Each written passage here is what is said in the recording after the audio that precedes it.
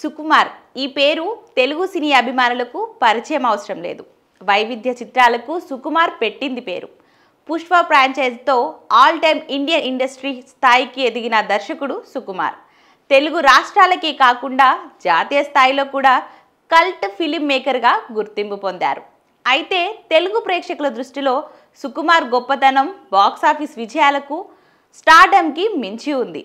ఒకవైపు స్టార్ హీరోల చిత్రాలకు దర్శకత్వం వహిస్తూనే మరోవైపు సుకుమార్ రైటింగ్స్ బ్యానర్ ద్వారా క్రేజీ పాన్ ఇండియా చిత్రాలతో పాటు కొత్తదనంతో కూడిన వైవిధ్యమైన చిత్రాలను అందించడంలో కూడా సుకుమార్ గారు ముందంజలో ఉన్నారు.